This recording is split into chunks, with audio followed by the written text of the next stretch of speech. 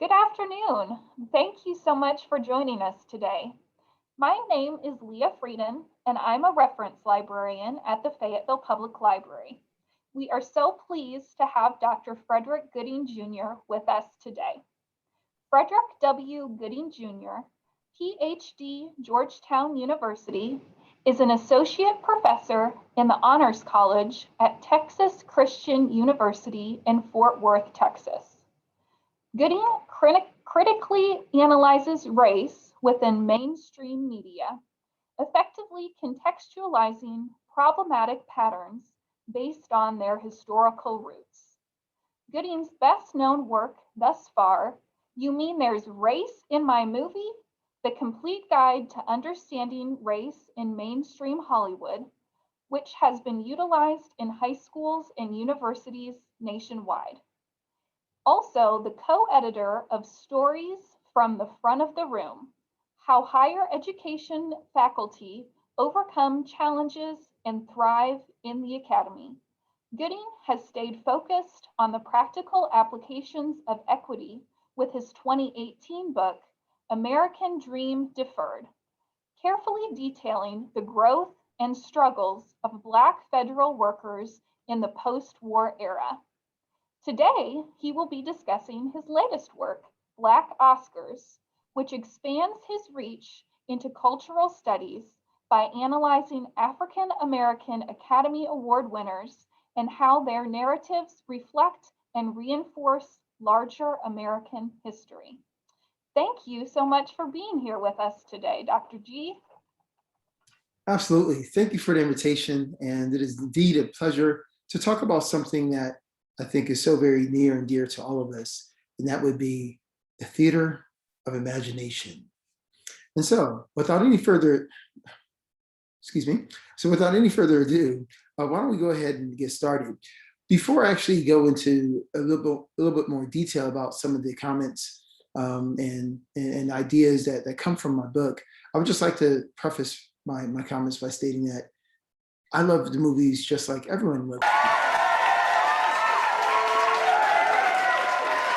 Now, because I love the movies is the reason why I spend so much time watching them, processing them, and analyzing them. So while I am indeed critical of Hollywood and various aspects of what the Academy of Pictures, Motion Pictures and Arts and Sciences has to do with respect to the patterns that we'll discuss, it doesn't mean that I don't love the movies, right? So in other words, what we're going to learn today is that we don't necessarily have to throw the baby out with the bathwater, right? And so this is your ticket to one of the hottest shows in town in terms of us being able to look at something that we've been seeing from perhaps a different perspective. And so our conversation is going to follow a 3-act structure that is traditionally used in plays or movies, where we'll have an introduction, conflict and climax, and later on resolution. So without any further ado, I thought it would be only appropriate for our introduction to invoke the words or actions, if you would, of a Academy Award-winning actor. And let me just say that now that we're going to look at what's been hidden in plain sight from a different perspective, I would like to welcome you to your training day. Why did you do this to me? You're an adult, man. Shit, nobody told you to smoke that. Made a decision, live with your decision. Ain't like I put a gun to your head.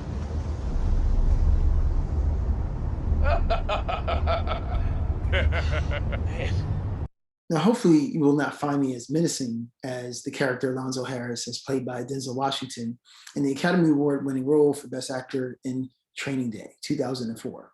But I do have to play bad cop and warn you that you indeed will receive spoiler alerts for any movie that I end up discussing on screen in order for us to analyze the movie quickly and properly.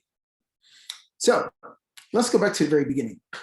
The name of the book is entitled Black Oscars, From Mammy to Minnie, What do the Academy Awards tell us about African Americans? ? So let's start with the Mammy portion. Who is Mammy?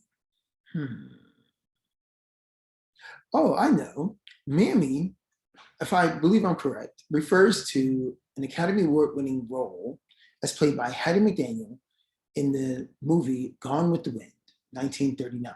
So We also know a couple things about that role. One is that Mammy refers to her function, right? And the function, in many ways, was based upon a racially hierarchical stratified system, whereby most Black women, up until World War II, were limited in terms of their options in the private sector and could only find jobs as domestics. And so her name in the movie was Mammy. It wasn't Hallie, comma, the Mammy, or not Hallie Jackson, and then you watch the movie and then you discern that she plays the function of a Mammy, but her name was Mammy. So let's not overlook the idea that her character was depersonalized in many ways. I mean, think about the same movie. Rhett Butler is not listed in the credits as the gambler. That's what he did, but he's not defined by his function. He's defined by his character as a whole. And so this gives us a peephole into how one-dimensional, if not two-dimensional, many Black characters were in early American film, and they weren't that flattering. But let's move forward though. Who's Minnie? We said from Mammy to Minnie. So if that's Mammy, who's Minnie? Well, Minnie, as many of you may or may not recall, is also the name of an Academy Award winning role as played by Octavia Spencer. And the role went for Minnie in The Help, 2011. So the idea that Black women are winning Academy Awards for playing roles of maids on screen over 7 decades apart, it just merely presents us with the fair question of, well, what do these awards mean for the value and visibility of African Americans?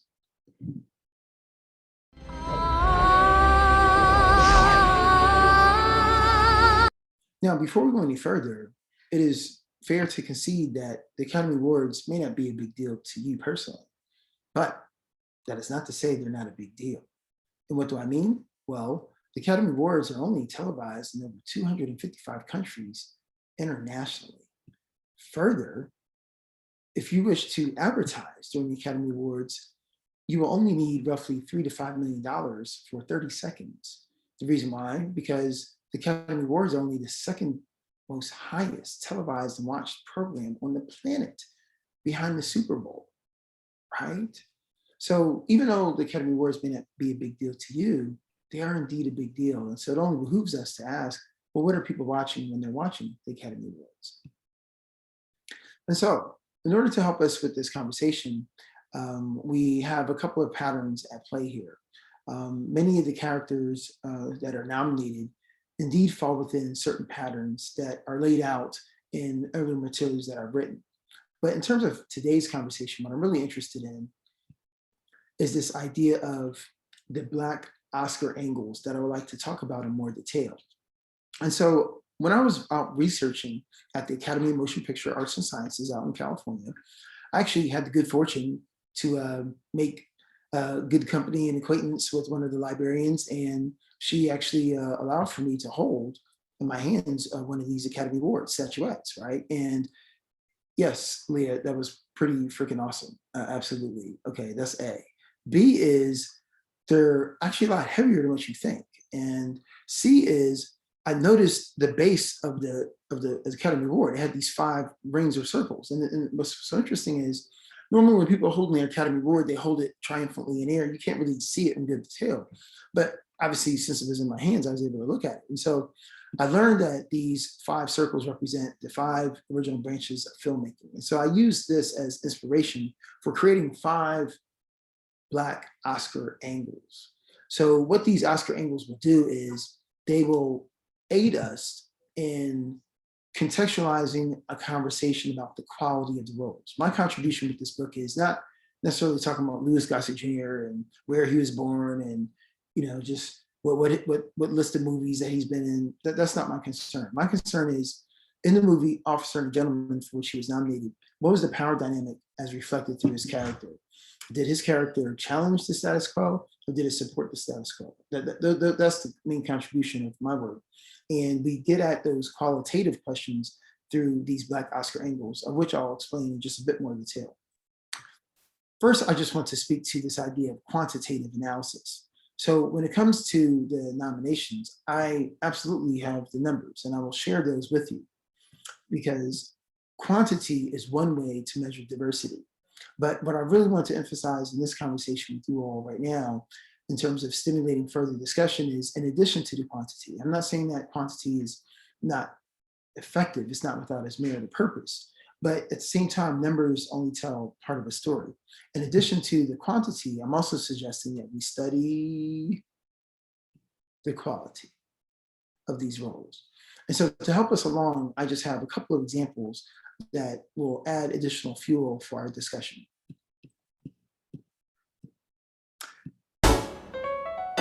So what did I miss? What did I miss? Oh, there's one little detail before we move forward to these examples, and that is Hollywood, unfortunately, ladies and gentlemen, did begin in what we would now call racism. And so, Dr. G, what do you mean? How can you state that unequivocally? Well, allow me to explain. If you go to any film school worth of salt, most likely they're going to tell you that the godfather or godmother of all mainstream movies is a movie that came out in 1915 as directed by D.W. Griffith, and it essentially serves as the archetype by which most modern mainstream movies are made in terms of the cinematography, the pacing, the cut, and the styles, in contrast to the silent pictures of old, right? And so that movie is none other than Birth of a Nation. So why is Birth of a Nation racist? A couple of reasons. Number one, as you can see with your own eyes, you have a picture of a hooded Klansman on a horse, and that is indeed what we see in the movie. Hooded Klansmen who actually serve as the heroes who save the white damsel in distress from a black male. But let's just rewind for a couple moments here. The Ku Klux Klan, as we all know, is a domestic terroristic organization that has brought about a significant amount of pain and suffering upon non-white individuals, whether it be cross burnings, whether it be bombing of churches or synagogues. The KKK has engaged in a list of unspeakable acts too full for us to delve into for the purposes of this conversation. But yet they're painted as the heroes. And they saved the white damsel in distress from a black male, or technically a white male in black face.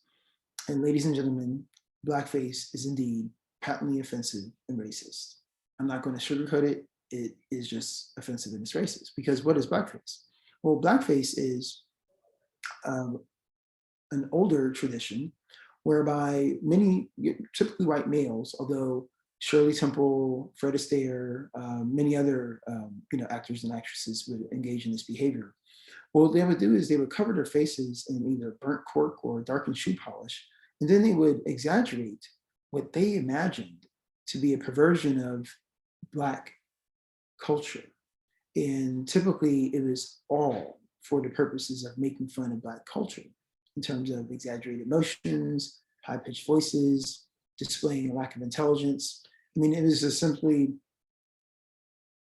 a show built around dehumanizing and demeaning and diminishing the contributions of African Americans. And as we know, this country simply would not look the way it does right now were it not for the valued contributions of African Americans, whether it be through inventions or just through hard labor alone. Your Capitol building and your White House, you need to think enslaved labor for those buildings that represent our free nation, right? But that's another subject for another time. The fact of the matter is that in addition to Birth of a Nation being linked with Hollywood history and lore from 1950, from a technical standpoint, from a content standpoint, there's still some problematic pieces there. And many film schools are debating as to whether to still show it, but most still do. Also, any film school worth of salt will tell you that the first talking picture came out in 1927. And if you don't know by now, I will tell you that movie is entitled Jazz Singer. Jazz Singer stars Al Jolson, Jewish white male, whose family wanted him to become a cantor. They wanted him to sing for religious purposes in the synagogue, but he didn't want that. He wanted a career in show business. And so unfortunately, even though he is a member of a group of people who also experienced discrimination, he chose to put blackface on his face and imitate what he thought were the mannerisms and of African Americans is highly offensive. And the white around his lips represents the enlarged size of Black people's lips. And I just want to point out that maybe I guess what a difference a century makes, right? So in the 1920s, we're making fun of Black people and the size of their lips. Now in the 2020s, we have the Kylie Jenner package, right? I mean, you can look it up, the Kylie Jenner package, where it's a procedure to inject collagen in the lips of an individual, and they're actually naming it after white females who have made it popular, this idea of the fattening and thicker lips. So if only I were able to profit off of my own thick lips, maybe we'd be in business, right? Again, another topic, another time. Let's stay back to the program.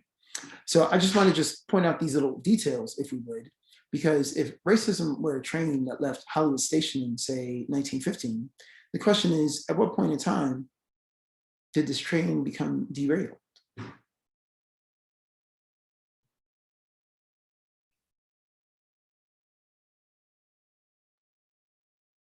See, there's a little cliffhanger there in between acts, a little cliffhanger there. That's the idea. Okay.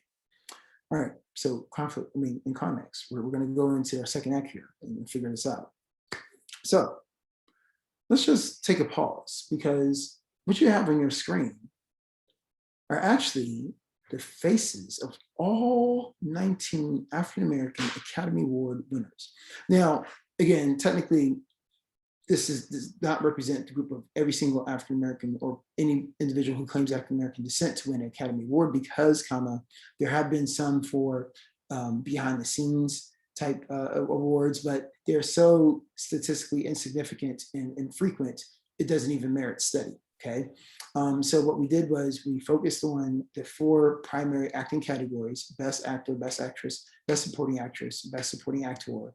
And arguably, when you look at a movie in a movie theater, the actors are arguably some of the most visible, landing points, of audience members' contact with the film, right? Typically, people are engaged with 90 to 120 minutes of the actors on screen, as opposed to the director or the director of cinematography or the screenwriter, right? And so these are the most visible in that respect. Some fascinating patterns, I think, just emerge as you scan your eyes over these 19, right? So a couple questions would be, as we talk about quality, right, and qualitative analysis. How many of these winners challenged the status quo? How many of these Black winners represented roles? Now, I'm not saying that individually off screen in terms of their own personal wealth or whatever, but I'm just saying the roles that they played. How many of them exhibited power over their circumstances, power and control over their circumstances? How many were free from the frictions of racism? As we start to contemplate these questions, we'll start to notice that a pattern is starting to emerge. Obviously, you look in the first row, top row, upper left-hand corner, Hattie McDaniel's win. She clearly was a subjugated Black female, right? When you look at the movie Gone with the Wind, Vivian Leigh playing Scarlett O'Hara, even though you remember the famous scene, I will never go hungry again, right? Even though she was on hard times, times were good enough for her to afford a Black maid. You understand what I'm saying? Like, with COVID and things of this nature, people talking about how they had to downsize. Well, think about if, you had to cut out all your expenses, but you still were able to afford for someone to live inside your home and, clean up after you, right? So it's all relative, right? So clearly we start off 1930s in this era of subjugation, but as we move along, look at Sidney Poitier. He wins an Oscar for, this romantic racialist notion of the dutiful Negro who's so uber religious that he's non-threatening. Because it just so happened he was helping a group of nuns I guess with them taking a permanent vow of celibacy, there's no sexual tension there, right? So we're safe.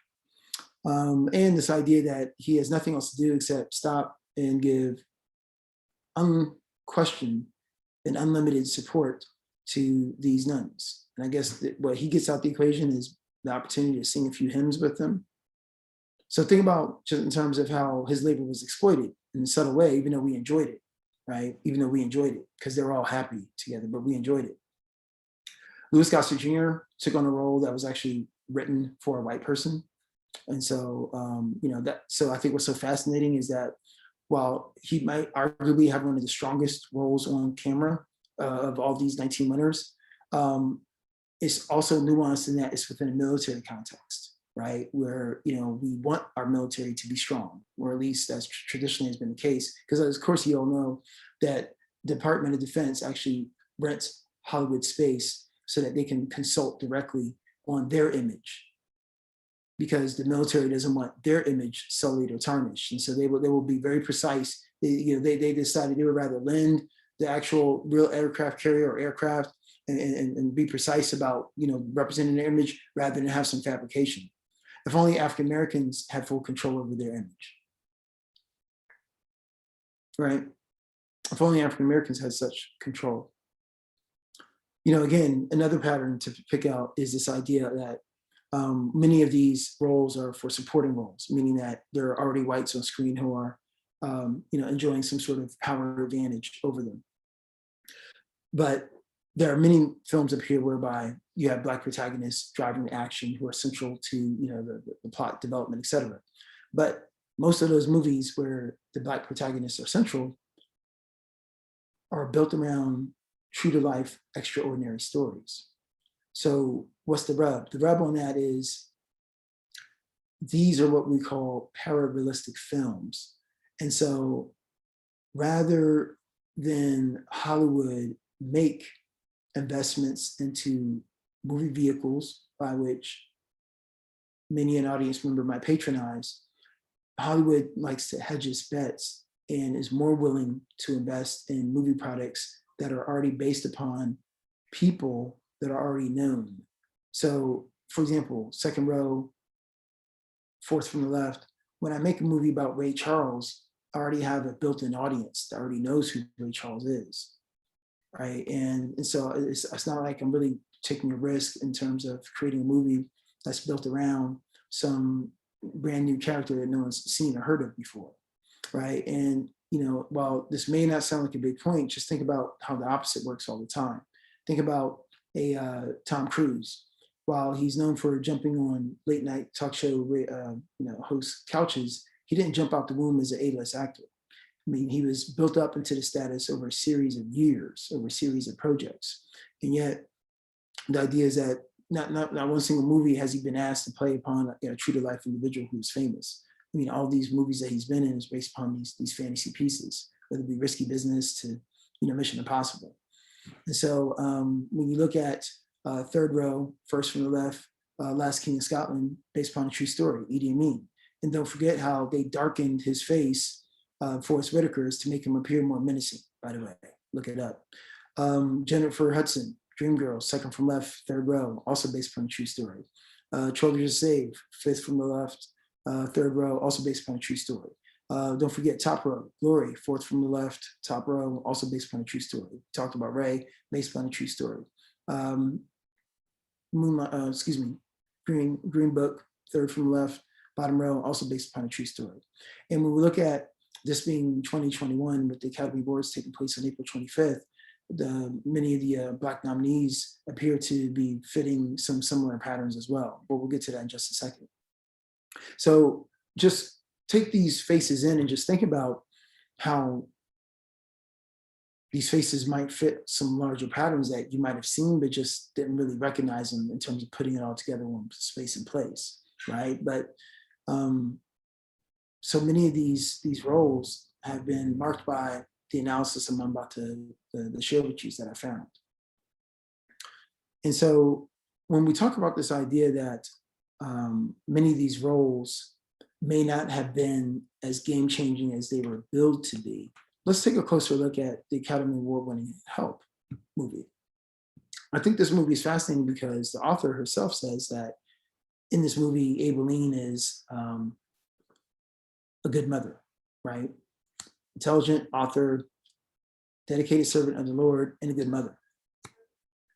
But the question is, who do we see Aibileen being a good mother to?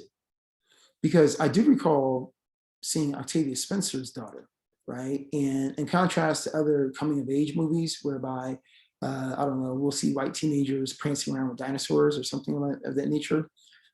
We see Octavia Spencer coaching her daughter for a life of being able to take care of somebody else. But in terms of Aibileen, that's played by Viola Davis, the question is, well, when did we see her being a good mother to her child? The answer is we did not.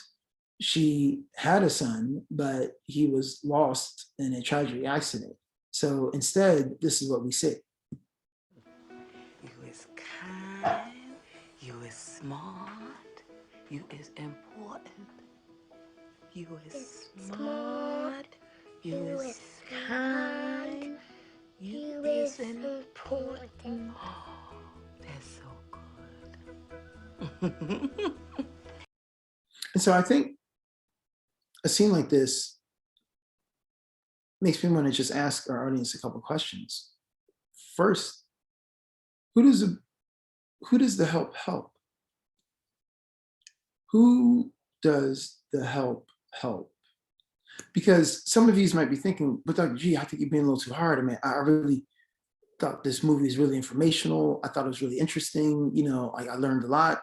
My response to that was simply be, fiddlesticks and poppycock. This is not a documentary. This is a movie made for profit. This is a fiction, an abstraction out of this white female's imagination. Well, actually, not completely out from imagination, because she actually observed in close range her brother's help.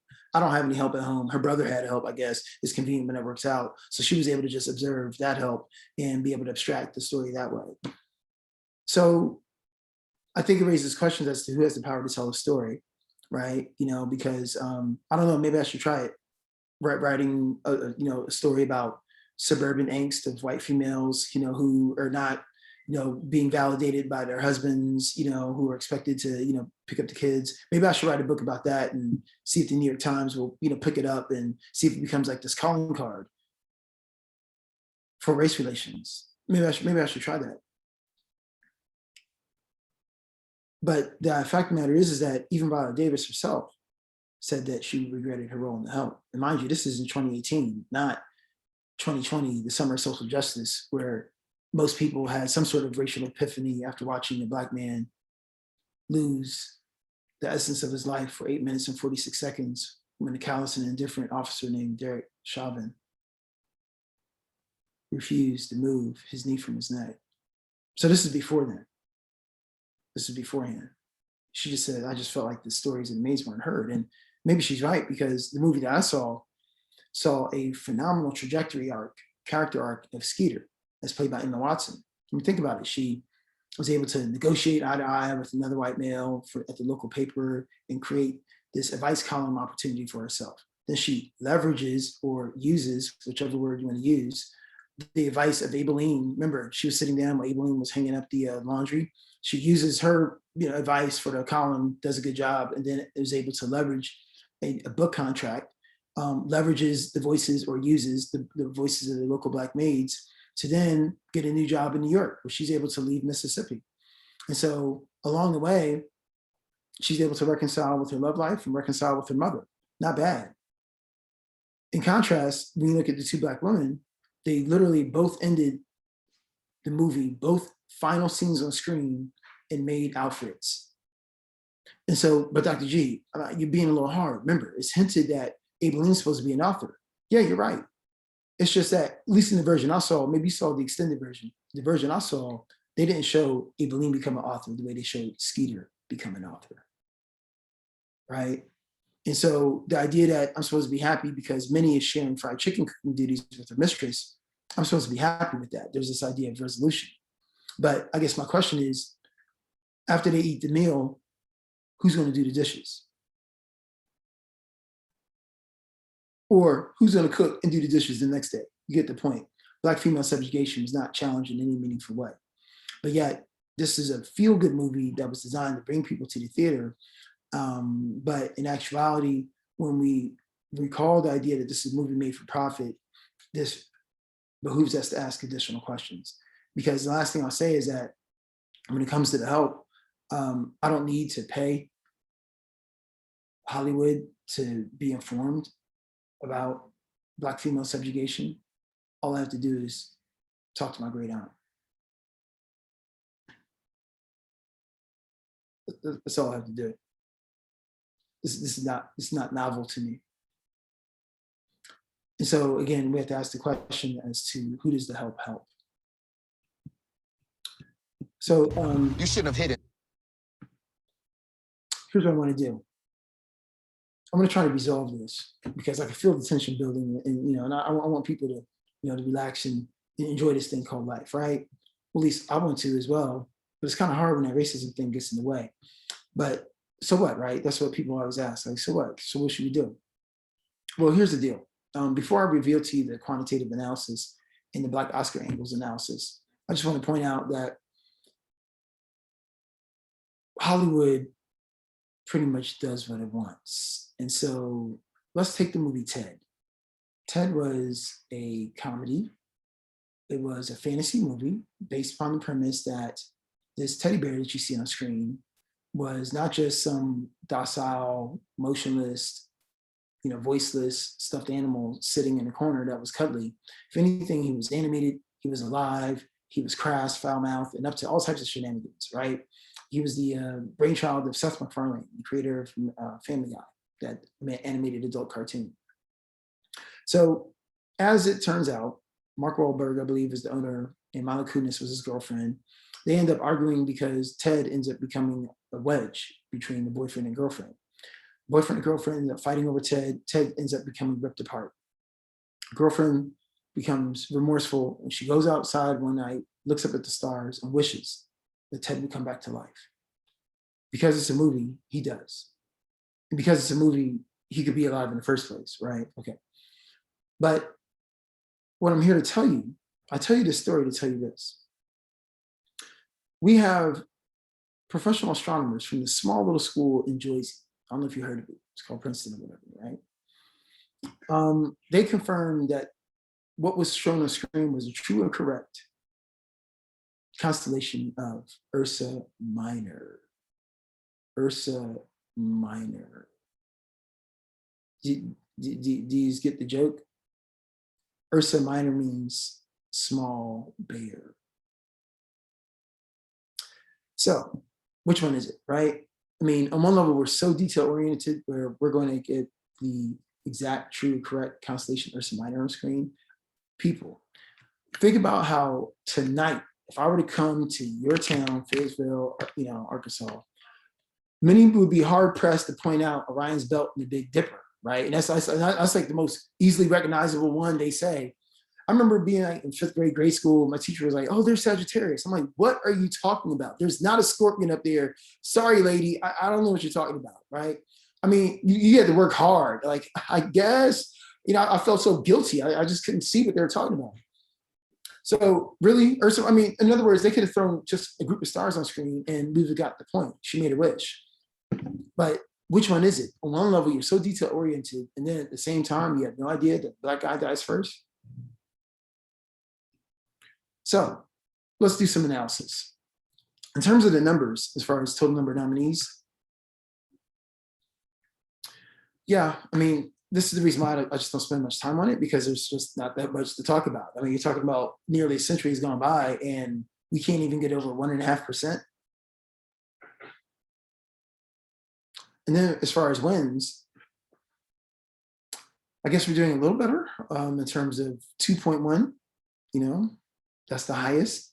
But I mean, still, you would think after 2.5 years, after nearly a century, you would like to think that given the cultural, historical, social significance of African Americans in society, that there would be more than 2.5% representation. I can't even get 2.5%, right, for wins.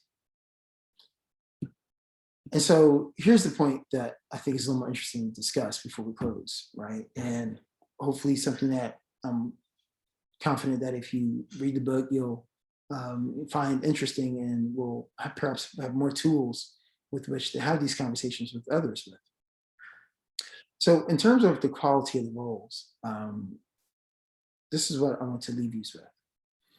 The next time you look at an Academy Award nominated position for African American, ask yourselves these questions. Are they Black, but not American? Because in my analysis, nearly a fifth of all Academy Award nominees, Black Academy Award nominees, were not from America. So Dr. G, what are you saying? No, I'm not saying build that wall. That's not what I'm saying. What I'm saying is that we're talking about the paucity of opportunity for African Americans. That's what we're talking about. This is really more an indemnification of Hollywood. I have no beef with the actors or actresses. I'm glad that people are able to feed their families. But take, for example, a movie like Harriet, starring Cynthia Erivo. She's from the UK. And so remember, the African diaspora is quite expansive, right? Whether it be South America, the Caribbean, one of the 60-odd countries in Africa, or even Europe. And so the idea is that you can have a Black person in your movie, but it doesn't mean that they're African American. And so when you talk about like a woman like Harriet Tubman, a distinctly African American heroine who risked her safety and shelter, I think 19 times, like she made trips across the Canadian border to get Black Americans to freedom. It's just amazing as it is alarming if you're telling me that there aren't any African American females walking the streets of Los Angeles looking for acting work who would love to have an opportunity at this type of position. And so what it speaks to is this idea that the pool is even narrower for African Americans who wish to have agency in telling their stories. That's what this speaks to. Similarly with crossover, this idea that over a third of all Black Oscar nominees are Black movie stars, but not necessarily Black movie actors. What do I mean?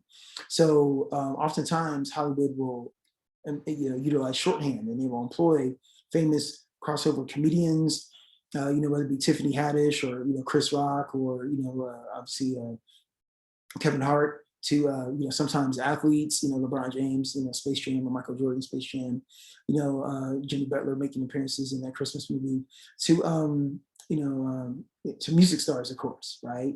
And so the issue again is the paucity of opportunity. So if I'm an African American, I guess I can become an actor one day. I just need to become a platinum selling album artist first, right? I mean, that's what happened in the case of Ludacris and Tyrese with the Fast and Furious series, but even still, they were only able to land themselves bit roles, right? It was not even like the series was about them, right? Deja vu refers to, again, paucity of opportunity, in that so few of these positions are shared amongst a small group of actors that are on the end, if you would. And so unlike the system that creates and generates new white stars on an annual basis, we're talking about God help us all if Morgan Freeman, Denzel Washington, and Viola Davis are all in the same car and get in a car accident. God help us all. That's about half our nominations right then and there. That's it. That's it. And Viola Davis this year is like the most nominated with 5. Denzel has 8. I mean, we're talking about 77 over the course of the whole time, right? I mean, already we're talking about 13 already just from 2 people. So it goes to show you how we're not necessarily spreading the wealth as far as opportunity for African Americans to tell their own stories. Gravity Reality for me is the most significant of the 5. The reason why is because 80% of all roles, follow me there, 80% deal with themes directly related to either poverty or racism, poverty or racism, poverty or racism. So what's the point? The point is, this means that African Americans and Blacks, Indigenous people of color in general are grounded by what I call the gravity of reality. This is in stark contrast to just the movie we're talking about, Ted, right? Where my white brothers and sisters are liberated by what we call the freedom of fantasy. Ladies and gentlemen, teddy bears cannot walk, talk, let alone drive cars, or have sexual intercourse as far as I'm concerned. But that's exactly what happened in the movie Ted, and that's fantasy. Okay, it didn't necessarily involve high-level explosions in faraway places like Avatar. The Avatar would be fantasy too. And so we have to ask ourselves, how many times have we seen African Americans prominently in movies that engage fantasy, right? Because I think that's where the rubber hits the road. While we no longer have segregated, colored section like in the theater, right? Or where blacks could only attend the theater on Sunday afternoons, or whites could attend every day of the week. We no longer have the official physical segregation. Obviously, anyone is free to move in whatever neighborhood they want, just so long as they have the money to do so. But that's another story for another day, right? But in terms of our movies are concerned, my white brothers and sisters are liberated by the freedom of fantasy. Here's an example, just 15 seconds of what I call this freedom of fantasy. The power of imagination. The thrill of adventure. The journey will be electric. The Chevy Bolt. Okay, let's just review very quickly. I regretfully say, because I'm a Star Wars fanboy, X-Wing fighters aren't real, at least not yet. I'll just say not yet. Okay, not yet. But not yet. No, we just haven't seen it. I mean, and again, I've been to Star Wars Galaxy Edge. I saw pictures with my own eyes. The X-Wing fighter was not operable. No, it wasn't operable. It wasn't. Okay, this is fantasy. That's A. B, if even the X-Wing fighter were real, it's not flying this close to the ground. Let's just be technical. I mean, it's just not. You're going to risk, the injury to the pilot, or harming the equipment, because it is actually. I mean, I would presume a piece of $1 million military equipment, right? We're not playing around with this. It's not flying that close to the ground. And then C, lastly, ladies and gentlemen of the jury, you all agree that while we are making steps towards minimizing our footprint with the ozone layer, and that's awesome, the Chevy Bolt is not that awesome where it can drive so fast where it's in hyperspace.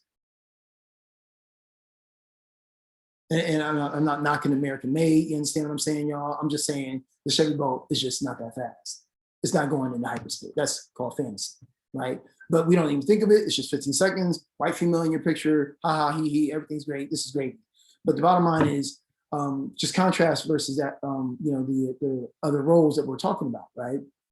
And still in the struggle, this is ridiculous, but nearly a quarter of all African-American Academy Award nominees die before the end of the movie. So when we go back and look at this pattern here, I think some patterns start to emerge that maybe we're just latent and just sitting there the whole while. But Dr. G, what's your problem? What about Viola Davis and Fences? That was a good film, wasn't it? Listen, understand what I'm saying. I'm not knocking Viola Davis per se. It's hard out there. What is she going to do if she hangs up the phone and says no to a role, right? There's a lot of pressure to take on these roles. But I'm an August Wilson fan. I think Joe Turner's Coming On is one of his best plays, actually. But here's my point. When you look at a movie like Fences, a movie that, or even Moonlight, critics applaud them because they're so much more complex, et cetera. A couple of details there that I still need to point out. A is that Hollywood is still taking shortcuts, meaning that these characters, they feel more freedom to develop these characters only because they're what we call insular films. There aren't any white people in these movies. It's only black people. So I guess you have no choice but to develop a character. If you only have blacks talking to other blacks, you have to develop a character. The issue is, and look at what's your own eyes across the screen. The issue is when blacks have to interact with whites.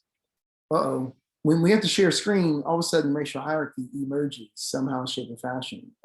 That's the issue, right?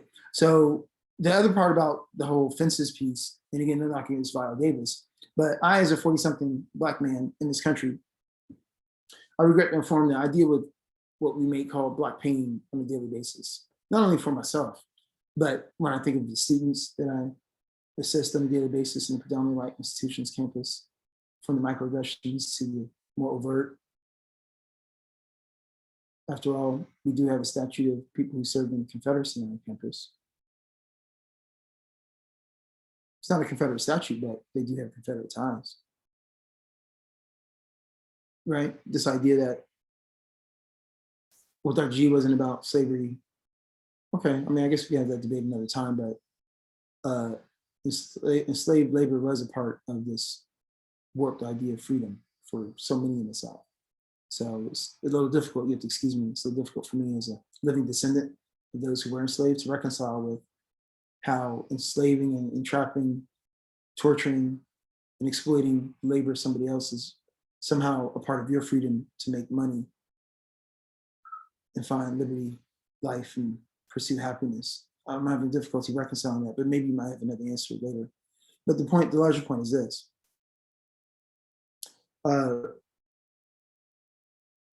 Just taking myself out of the equation. I mean, there's a trial going on right now, Derek Chauvin. And I think anybody with red blood on the planet was able to feel the pain of another human being senselessly taken from us. So I deal with Black pain on a daily basis. And to watch the trial, or even just to read snippets, is to rehash and relive that pain in so many ways. I say that to say that sometimes on Friday night, it's a little hard for me to get in the mood to watch Fences, where I get a chance to see Black people in pain, crying, weeping, and suffering on the big screen. It's sometimes a little hard for me to get up for that. Sometimes I want to see, I don't know, dinosaurs or people in space, right? I mean, sometimes I want to escape too, because on Monday, life is still waiting for me as a Black man, right? So sometimes, that's just my point on that, right? But nothing against the actors and actresses. My hat's off to them for turning in what many said were riveting roles. But in conclusion, here's what we're going to look at. In the intervening years, from Mammy to Minnie, what has changed? What I would caution you to think about is this idea that if racism were that train, did the train get derailed, or did it just simply get remodeled? Right? Where, as opposed to the lumbering, loud, pollutive locomotive of old, where it's obvious, overt, and offensive, you can see it from across the street, right? Hanging bodies from trees, lynching people, that's just ugly, it's obvious. Burning crosses on somebody's lawn, that's ugly, it's obvious. But this idea of we still maybe value people less than others, or are not as explicit about it, maybe a little more indirect. Maybe that could be, for the analogy holds, the remodeling, where the train is still on track.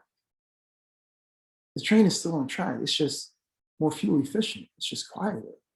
If anything, it's sleeker, it looks better, and you feel more comfortable on the ride. You're getting to the same destination, but you just feel more comfortable. Because the last thing I'll say about the two train tracks is that even though we may have changed the train, the size of the tracks are still the same.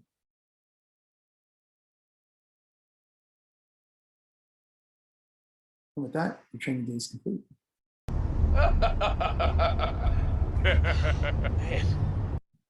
So my next last slide is, wait a minute, wait, there is a movie featuring teenagers and dinosaurs. I was just like speculating like wildly when I was talking earlier, but because I was like, wouldn't it be nice to like, coming of age, you just said, yeah, so unlike the daughter in The Help, who coming of age, she received this speech about this is how you take care of other people who will pay you peanuts for your labor. Here you have these youth in a rotating gyrosphere made of glass with nothing but the wonder and awe and amazement of live dinosaurs all around them. I mean, man, I wish I was in that gyrosphere. That looks awesome.